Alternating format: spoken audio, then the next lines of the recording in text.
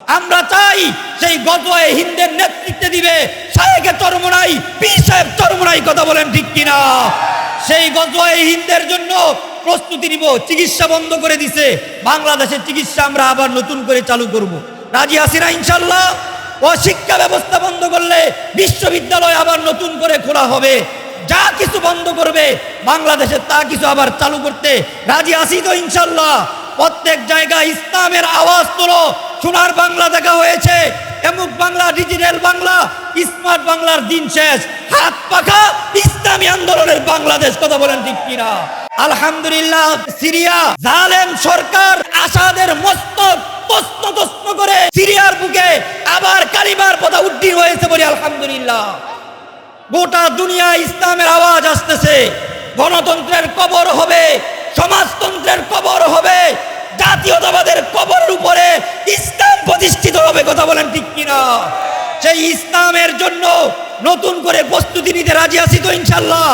রসুলের আরেকটা ভবিষ্যৎবাণী আছে গজওয়ায়ে হিন্দের ব্যাপারে। কথা বলেন ঠিক কিনা? সেই গজওয়ায়ে হিন্দ রসুলের অতীতের প্রত্যেকটা ভবিষ্যৎবাণী যেইভাবে বাস্তবায়িত হয়েছে, আগামীর সর্বশেষ যেই ভবিষ্যৎবাণী, এই গজওয়ায়ে হিন্দের ভবিষ্যৎবাণী বাস্তবায়ন হবে কি হবে না জোরে বলেন আলহামদুলিল্লাহ।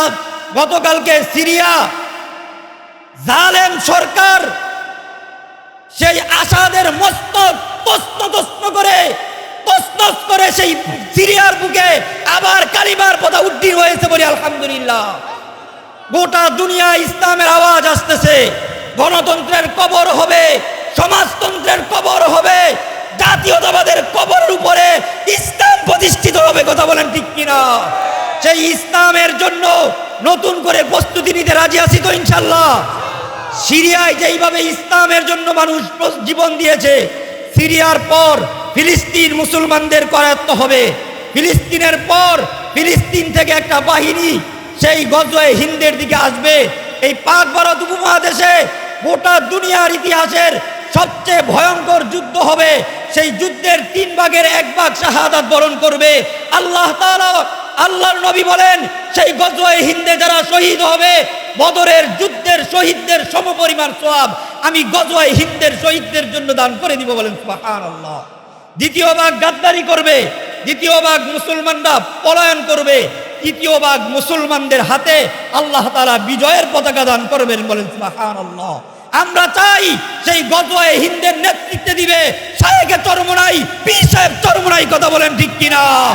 সেই গজওয়ায়ে হিন্দের জন্য প্রস্তুতি নিব। চিকিৎসা বন্ধ করে দিছে, বাংলাদেশের চিকিৎসা আমরা আবার নতুন করে চালু করব। রাজি আছি না ইনশাল্লাহ? ও শিক্ষা ব্যবস্থা বন্ধ করলে বিশ্ববিদ্যালয় আবার নতুন করে খোলা হবে। যা কিছু বন্ধ করবে বাংলাদেশে তা কিছু আবার চালু করতে রাজি আছি তো ইনশাল্লাহ? প্রত্যেক জায়গায় ইসলামের আওয়াজ তোলো। সোনার বাংলা দেখা হয়েছে, এমুক বাংলা, ডিজিটাল বাংলা, স্মার্ট বাংলার দিন শেষ। হাত পাখা ইসলামী আন্দোলনের বাংলাদেশ। কথা বলেন ঠিক কিনা? আল্লাহর নবী বলেন, ক্বালান নাবিয়্যু সাল্লাল্লাহু আলাইহি ওয়াসাল্লাম, আলা ইন্না ফিল জাসাদি মুদগা ইযা সালুহাত সালুহাল জাসাদু কুল্লু ওয়া ইযা ফাসাদাত ফাসাদাল জাসাদু কুল্লু আলা ওয়াহিয়াল কলব। এই 3.5 হাত বডির ভিতরে এমন একটা গোশতের টুকরা আছে, যেই গোশতের টুকরাটা যদি সুস্থ থাকে, এ বান্দার চিন্তা ভাবনা, কাজ কর্ম, চলন বলন সব কিছু সুস্থ হয়ে যাবে। আর ওই গোশতের টুকরাটা যদি নাপাক থাকে, ওই জায়গায় যদি অসুস্থ থাকে, ওই ব্যক্তি যত কাজই করুক সব কিছু তার অসুস্থ হবে। আর ওই গোশতের টুকরাটার নাম হলো কলব। বলেন সুবহানাল্লাহ। কত গুরুত্বপূর্ণ কথা। একটা ব্যক্তি শহীদ হয়েছে, কিয়ামতের ময়দানে আল্লাহ পাক তাকে ডাকবেন। খুব ভালো করে বুঝবেন, ডাক দিয়ে বলবেন জাহান্নামে যাও। ওই ব্যক্তি আল্লাহর সামনে বলবেন, আল্লাহ আপনি জাহান্নামে যাব? আমি তো আল্লাহর রাস্তায় শহীদ হয়ে আসলাম, শহীদদের জায়গা তো জান্নাত, জাহান্নাম না। ওই ব্যক্তিকে আল্লাহ বলবেন, তুমি শহীদ হয়েছো ঠিক, কিন্তু তোমার কলব ঠিক ছিল না। সুবহানাল্লাহ বলবেন না? তোমার কলব ঠিক ছিল না। মানুষ তোমাকে বীর মুজাহিদ বলবে, শহীদ বলবে, সুনাম অর্জন হবে, এই কারণে জিহাদ করেছো। যা পাওয়ার দুনিয়ায় পেয়ে গেছো, আজকে আমি মাওলার কাছ থেকে কিচ্ছু পাবে না, জাহান্নামে চলে যাও। কোটি কোটি টাকা দানবীর ব্যক্তিকে ডাকবেন, ব্যক্তি বলবে আল্লাহ আমি জাহান্নামে যাব, আমি তো দুনিয়ায় লক্ষ লক্ষ কোটি কোটি টাকা দান করছি, আমি কেন জাহান্নামে যাব? আল্লাহ পাক বলবেন তুমি দান করছো দিক, কিন্তু কলব ঠিক নাই, নিয়ত ঠিক নাই, মানুষ তোমাকে দানবীর বলবে, এই কারণে তুমি দান করছো। অতএব যা পাওয়ার দুনিয়ায় পাইছো, আলেমকে ডাকবে জাহান্নামে যাও, সব ইবাদত গুজার মানুষগুলো জাহান্নামে যাবে। কারণ ওর বাহ্যিক নামাজের কোনো অভাব নাই, জিহাদের কোনো অভাব নাই, দান সদকার অভাব নাই, অভাব কলব ঠিক করতে পারে নাই। কথা বলেন ঠিক কিনা? সেই কলব ঠিক করার জন্যই আল্লাহ রাব্বুল আলামিন যুগে যুগে নবীদেরকে, এই কিয়ামত পর্যন্ত এখন আর নবী আসবে না, খাতামুন নাবিয়্যিন লা নাবিয়্যা বাদি, আল্লাহ নবীর পর কিয়ামত পর্যন্ত আর কেউ নবী দুনিয়াতে আসবে। আমাদের নবী সর্বশ্রেষ্ঠ নবী, সর্বশেষ নবী, সেই নবীর পর এই কলবের চিকিৎসা কিয়ামত পর্যন্ত কে করবে? সেই কলবের চিকিৎসাগুলো অব্যাহত রাখার জন্য আল্লাহ রাব্বুল আলামিন এই নবীদের এই দায়িত্ব, নবীদের ওয়ারেস খাঁটি ওলামায়ে কেরামদেরকে দান করেছেন। বলেন সুবহানাল্লাহ। যুগে যুগে খাঁটি ওয়ারেসে নবী যারা, যারা ইন্নাল উলামা ওয়ারাসাতুল আম্বিয়া, যারা নবীদের ওয়ারিস, তারা সেই নবীদের দায়িত্ব পালন করতেছে। এই ওলামায়ে কেরাম ঘুরে ঘুরে ঘুরে ঘুরে মানুষের কলবের চিকিৎসা করতেছে। বলেন আলহামদুলিল্লাহ। চরমোরায় একটা হাসপাতালের নাম, সেই হাসপাতালের আমরা যারা যাই প্রত্যেকেই আমরা রুগী। কিসের রুগী? এই হাসপাতালের ভিতরে আমরা প্রত্যেকেই কলবের রুগী। কথা বলেন ঠিক কিনা? আত্মার রুগীগুলো চরমোনাইয়ের ময়দানে গিয়ে ভর্তি হই, সেখানে আত্মার চিকিৎসা করা হয়। মানুষের শরীরের ভিতরে যেইভাবে রোগ হয়, ঠিক তেমনইভাবে মানুষের কলবের ভিতরে রোগ হয়। মানুষের রোগের, শরীরের শারীরিক রোগের একটা নাম হলো জ্বর। জ্বর আসলে ওর শরীরে জ্বর অনুভব হয়, ক্লান্ত হয়ে পড়ে, শরীর গরম থাকে। একটা রোগের নাম ঠান্ডা, একটা রোগের নাম ডায়াবেটিস, একটা রোগের নাম আপনার ক্যান্সার। এগুলো মানুষের শরীরের রোগে আক্রান্ত রোগী। একটা মানুষ ক্যান্সার তার সর্বোচ্চ রোগ। দুনিয়ায় যত রোগ পৃথিবীতে এখনো পর্যন্ত আবিষ্কার হয়েছে, সর্ব মারাত্মক রোগের নাম ক্যান্সার। এই ক্যান্সার রোগে আক্রান্ত শারীরিক এই ব্যক্তি, সর্বশেষ পরিণতি এই ব্যক্তি মৃত্যু ঘটিয়ে দিবে। শারীরিক রোগের একজন ব্যক্তির সর্বশেষ পরিণতি তার মৃত্যু হবে। জোরে বলেন কি হবে? ক্যান্সার আপনাকে ততক্ষণ পর্যন্ত ক্ষতি করতে পারবে যতক্ষণ পর্যন্ত আপনার মৃত্যু না হয়। মৃত্যুর পরে ক্যান্সার আর আপনার কোনো ক্ষতি করতে পারবে না। কিন্তু কলবের রোগে আক্রান্ত একজন ব্যক্তির এমন পরিণতি হবে, ওই ব্যক্তি সর্বশেষ ঠিকানা হবে জাহান্নাম। সর্বশেষ ঠিকানা কি হবে? জাহান্নাম। ওই কলবের রোগে আক্রান্ত ব্যক্তি যদি সুস্থ কলব নিয়ে কবরে না যায়, ওই ব্যক্তিকে সর্বশেষ জাহান্নাম পর্যন্ত পৌঁছতে হবে। এজন্য আজকের এই মাহফিল থেকে শায়েখরা আমাদেরকে দিক নির্দেশনা দিবেন। এই তরিকার মূল কাজ হলো এই কলবের চিকিৎসা করা। জোরে বলেন কি করা? কলবের চিকিৎসা। কলবের ভিতরে মানুষ রোগ হয়, হুব্বে যা হুব্বে মাল, দুনিয়ার মোহাব্বত, বিভিন্ন ধরনের কিবির ফখর, এই যে দুনিয়ার এই সব কিছু কলবের ভিতরে যে রোগগুলো হয়, এই 10টা বড় বড় রোগের চিকিৎসার জন্য এই তরিকার ভিতরে 5টা ঔষধ দেওয়া হয়েছে। বলেন আলহামদুলিল্লাহ। কয়টা ঔষধ? 10টা রোগের জন্য ওষুধ কয়টা? 5টা। এই 5টা ঔষধের ভিতরে 1 নাম্বার সকাল বিকাল জিকির করা, সবক আদায় করা, যার যেই সবকে আসি সেই সবক আদায় করা।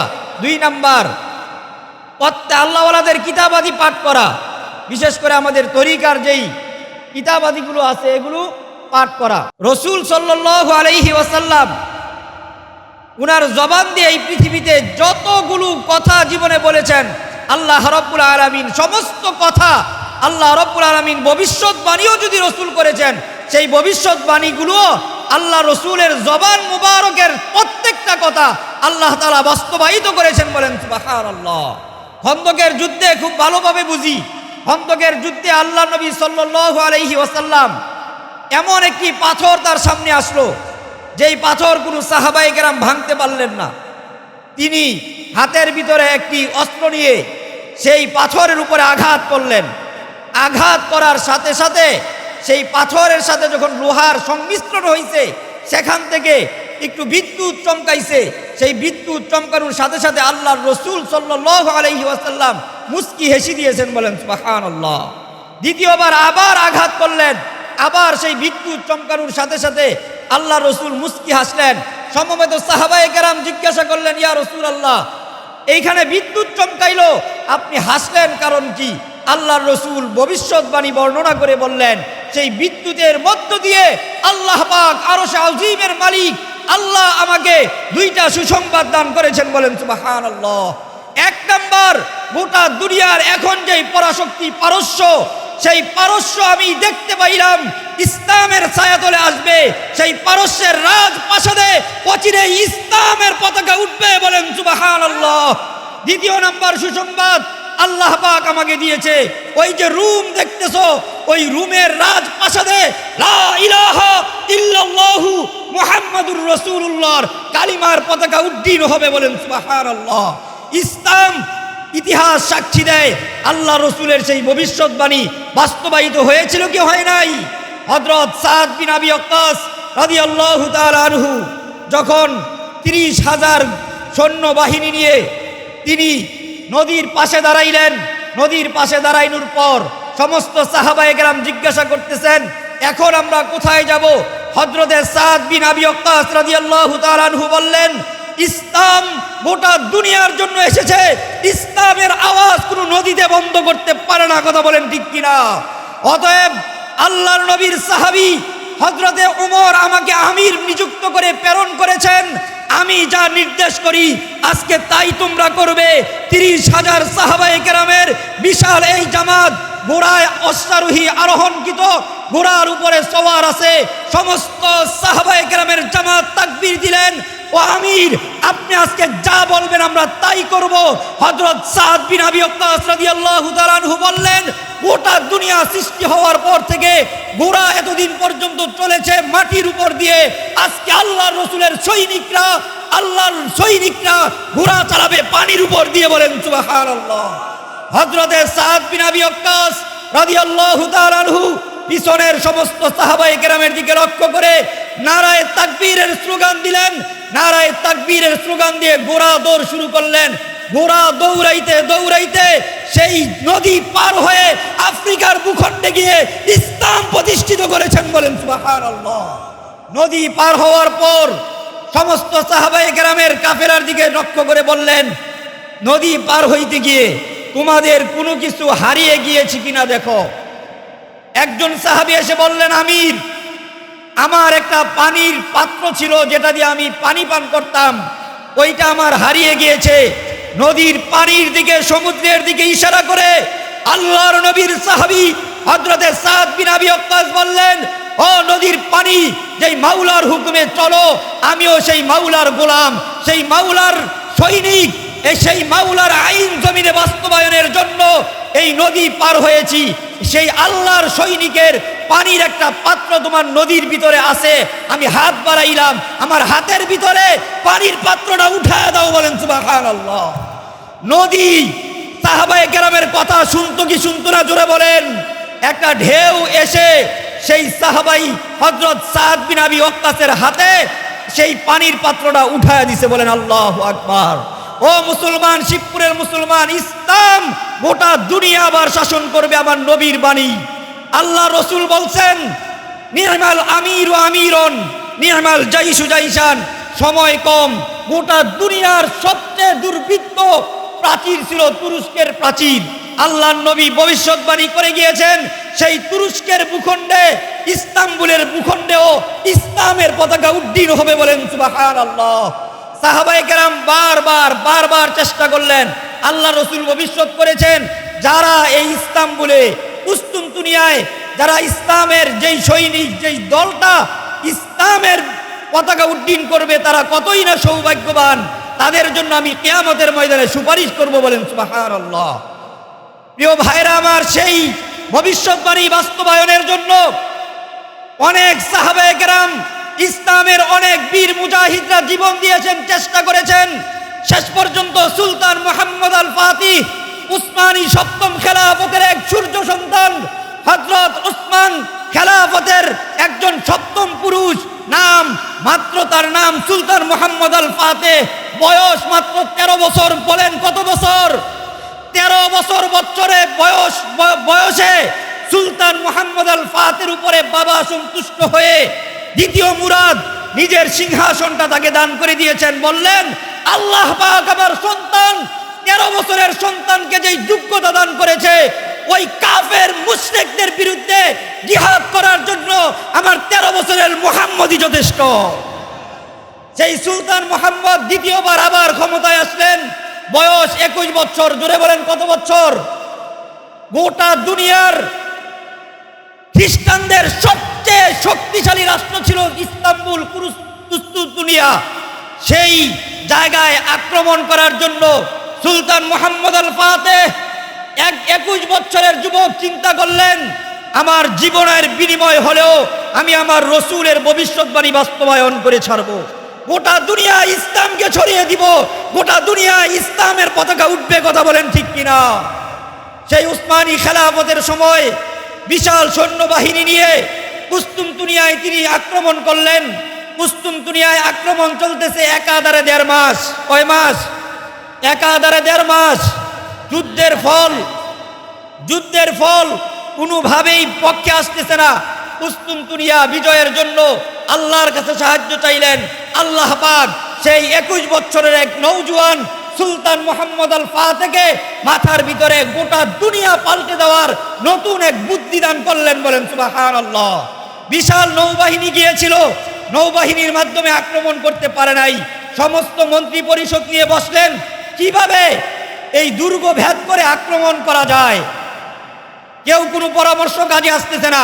সুলতান মুহাম্মদ আল ফাতিহ বললেন, এতদিন পর্যন্ত নৌকা চলছে পানির উপর দিয়ে, আজকে ইসলামের সৈনিকরা, কোরআনের সৈনিকরা, রসুলের সৈনিকরা 12 কিলোমিটার রাস্তা নৌকাবিহীন এই জমিনের উপর দিয়ে নৌকা চালাবে। কথা বলেন ঠিক কিনা? রাতারাতি গাছ কাটলেন, গরু জবাই করলেন, মহিষ জবাই করলেন, গরু এবং মহিষের রক্ত দিয়ে তক্তার উপর দিয়ে সেই বিশাল বিশাল নৌযানগুলো এক পাশ থেকে অন্য পাশে গোটা দুনিয়ার ইতিহাস পাল্টে দিয়ে সুলতান মুহাম্মদ আল ফাতিহ 12 কিলোমিটার রাস্তা জমিনের উপর দিয়ে স্টিমার চালায়া আক্রমণ করে তুরস্কের বুকে ইসলাম উদ্দিন করেছিল। প্রিয় ভাইয়েরা আমার, এই মুসলমানের জাতি আমরা। কথা বলেন ঠিক কিনা? আজকে সেই মুসলমানের সাথে ইন্ডিয়া লাগতে আসে। কথা বলেন ঠিক কিনা? সেই মুসলমানের সাথে আজকে ইন্ডিয়া আমাদেরকে তেল বন্ধ করে দিবে, পেঁয়াজ বন্ধ করে দিবে, সেই হুমকি আমাদেরকে দেয়। চিকিৎসা বন্ধ করে দিছে, বাংলাদেশের চিকিৎসা আমরা আবার নতুন করে চালু করব। রাজি আছি না ইনশাল্লাহ? ও শিক্ষা ব্যবস্থা বন্ধ করলে বিশ্ববিদ্যালয় আবার নতুন করে খোলা হবে। যা কিছু বন্ধ করবে বাংলাদেশে তা কিছু আবার চালু করতে রাজি আছি তো ইনশাল্লাহ? প্রত্যেক জায়গায় ইসলামের আওয়াজ তোলো। সোনার বাংলা দেখা হয়েছে, এমুক বাংলা, ডিজিটাল বাংলা, স্মার্ট বাংলার দিন শেষ। হাত পাখা ইসলামী আন্দোলনের বাংলাদেশ। কথা বলেন ঠিক কিনা? আল্লাহ তাআলা সেইভাবে নিজেকে প্রস্তুত করে ইসলামের সৈনিক হয়ে আল্লাহ তাআলা আমাদেরকে কবরে যাওয়ার তৌফিক দান করুন। আমিন। ওয়া আখিরু দাওয়ানা আলহামদুলিল্লাহি রাব্বিল আলামিন। আসসালামু আলাইকুম ওয়া রাহমাতুল্লাহি ওয়া বারাকাতুহু।